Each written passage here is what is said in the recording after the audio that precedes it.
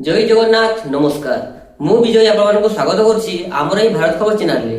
ଯେଉଁମାନେ ଆମ ଚ୍ୟାନେଲକୁ ପ୍ରଥମ ଥର ପାଇଁ ଆସିଛନ୍ତି ସେମାନେ ସବସ୍କ୍ରାଇବ କରନ୍ତୁ ଓ ଆସୁଥିବା ବେଲ୍ ଆଇକନକୁ ପ୍ରେସ୍ କରନ୍ତୁ, ଯାହାଦ୍ୱାରା ଆମର ପ୍ରତ୍ୟେକ ନୂତନ ଭିଡ଼ିଓ ନୋଟିଫିକେସନ ଆପଣମାନେ ସର୍ବଦା ପାଇପାରିବେ।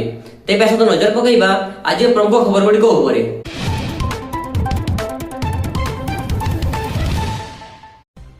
ବାଜି ମାରିଲା ଭାରତ, ଆମେରିକାକୁ ହରାଇ ପ୍ରଥମ ମ୍ୟାଚରେ ଜିତିଲା ଟିମ୍ ଇଣ୍ଡିଆ।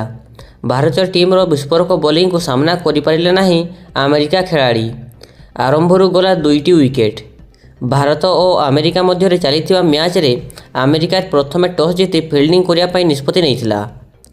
ଭାରତ ପ୍ରଥମେ ବ୍ୟାଟିଂ କରି 20 ଓଭରରେ 161 ରନ୍ କରିପାରିଥିଲା। ଏହାରି ଭିତରେ ଭାରତ 9ଟି ୱିକେଟ୍ ହରାଇ ସାରିଥିଲା। ଅନ୍ୟପଟେ ଭାରତ ଦ୍ୱାରା ଧାର୍ଯ୍ୟ ରନ୍କୁ ଲକ୍ଷ୍ୟ କରି ଆମେରିକା 132 ରନ୍ କରିଥିଲା। ଏହାସହ ଭାରତ 29 ରନ୍ରେ ଦମଦାର ବିଜୟ ହାସଲ କରିଛି।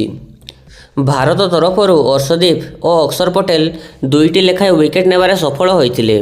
ମହମ୍ମଦ ସିରାଜ ସର୍ବାଧିକ 3ଟି ୱିକେଟ୍ ନେଇଥିଲେ। ଅନ୍ୟପଟେ ବରୁଣ ଚକ୍ରବର୍ତ୍ତୀ ଗୋଟିଏ ୱିକେଟ୍ ନେଇପାରିଥିଲେ।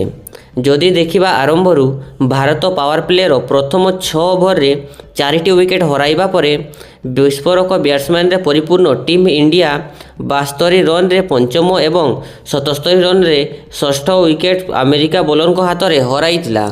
ସମସ୍ତ ଷ୍ଟାର ବ୍ୟାଟ୍ସମ୍ୟାନ୍ ପାଭିଲିୟନକୁ ଫେରିଥିଲେ, କିନ୍ତୁ ସୂର୍ଯ୍ୟକୁମାର ଯାଦବ ଦମଦାର ପାଳି ଖେଳିଥିଲେ।